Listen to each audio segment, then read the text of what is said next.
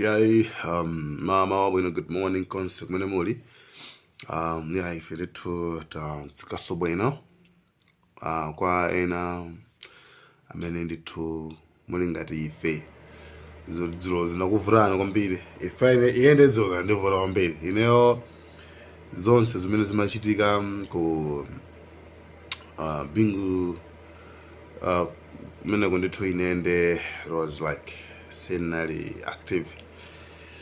Chifukwa chifine chijaji nditengesa muthaso kuona kuti mauwa apitaso. Mabe mzabona bwino. Nde kumene kundithu kunachitika ndithu at least zodabwisa wezi. Kunali kupanga launch manifesto a UTM.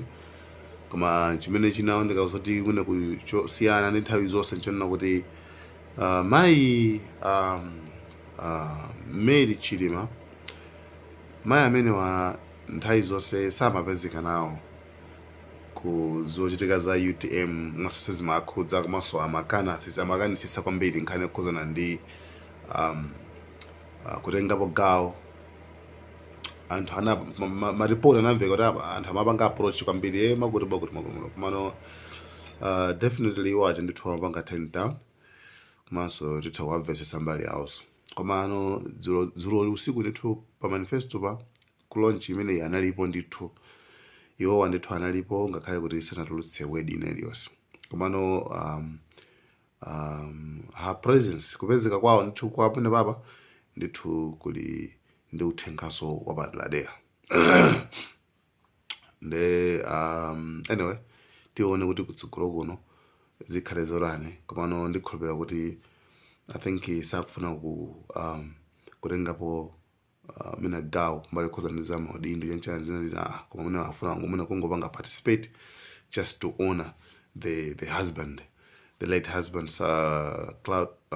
Saul's Chilima. Nde anyway kwa amene program inatudusa sinaonere chanchani fuka anaonetsetsa kuti na tsiku la lero ndipo mpheka bwino flare kumusiku ndiya zamu flare ndithu fashion imeneyi ndithu ndimanena kuti a beautiful function kungoziona zimene zikuoneke mkulakwa kulankhula choncho isikulakwa ngakhale nditalowa mkatimo ndekhaso ndinasiyanitsa ndi momwe zakhalira ndi manifesto launch ena azipani zina.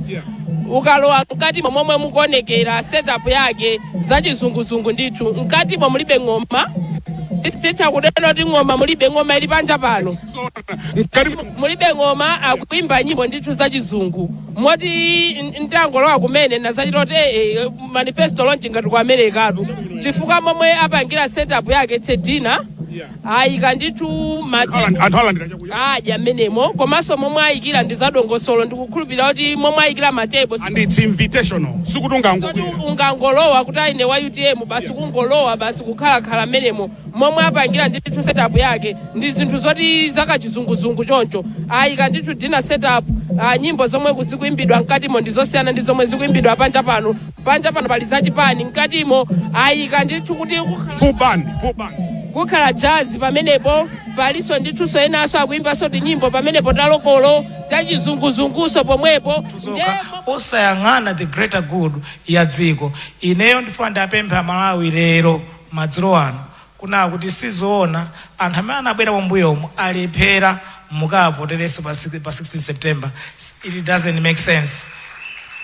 Zivuto limene limakhalapo ndoti anzathu andale amatenga advantage ya anthu kuti ayayi poti ineyo andivoterabe because of their ignorance kuti sakudzoti ndife olephera amationa ngati tikanamiza kuti iyayi mavuto achifukwa cha ku Ukraine mavuto achifukwa chakuti ativoterabe chifukwa tanamiza. Then we take advantage of that ndikumapitisa kuanamiza anthu mativotera. Komano pa 16 September ndifuna ndapemphe ndikwamema Malawi tikavote mwanzeru tikavotere UTM ifuna izasinthe Malawi akhale Malawi wabwino, Malawi wokomera wena aliyense, Malawi dziko limene aliyense angathe kulitchula kwawo kumene dziko likutukuka. Ndikunyadire kwambiri chifukwa chondimvetsera ndatenga nthawi yayitali, but I need to do that. Thank you so much and may God bless you. Thank you so much. Thank you, Excellency, for such a powerful detailed manifesto. We can have a seat. Amene amachita present manifesto ndi Dr. Dalitso Kabambe, katswiri wa zachuma, ali ndi zaka 51. Mtsogoleri wathu anatisiyanso ali ndi zaka 51. Mtsogoleri wathu wa Dr. Saulo Silima analinso katswirinso wa zachuma. Abingu Amthalika analinso katswirinso wa zachuma. Nemukhoza kuona kuti akatswiri a zachuma zinthu zamazitsata. Samawerenga atu apa ya. Amango yankhula kusonyeza kuti zinthu zakuzitani kodi. Agwira ntchito 25 years mboma. Kuti mumve zambiri za Dalitso Kabambe, mwafunse His Excellency Dr. Bakiri Muluzi akakuwuzani bwino. Mwafunse Her Excellency Dr. Joyce Banda akakuwuzani bwino za Dr. Dalitso Kabambe. Komanso mukapita ukafunsa Professor Arthur Peter Mutharika akakuwuzaninso kuti kodi Akabambe ndi ndani. Kuti mukhale ndi umboni odziwa chimene Akabambe ali. A president mene mayankhula mene machita makamba za manifesto ni mayang'ana pa social media. Anthu ena amadandaula za ma alliance. Mpaka na timamva anthu akufunsa kuti mwapanga alliance ndikuze na Malawi, UTM sinapanga alliance. Dr. Kabambe akhala pa ballot paper pa 16 September.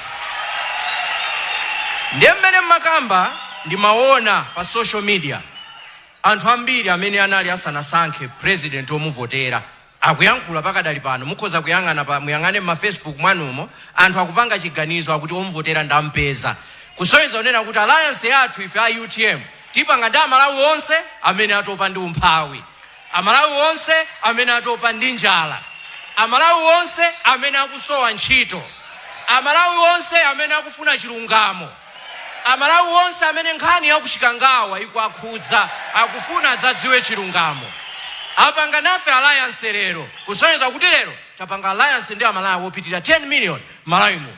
Palibenso atayime pa chisankho chimene chikubwerachi. Nthawi ino ndimafuna tsopano kuti pakhale kukambirana kuti kodi Malawi amene tikumufuna ndi otani. Ndiye ndipemphe Madam Helen bwere kutsogolo kuno. Komanso tina Gerard Mbewe amene achokera ku Kasungu, amene wa ndi mlimi. Komanso Martin Piri amene achokera ku Nchisi ayimirira achinyamata.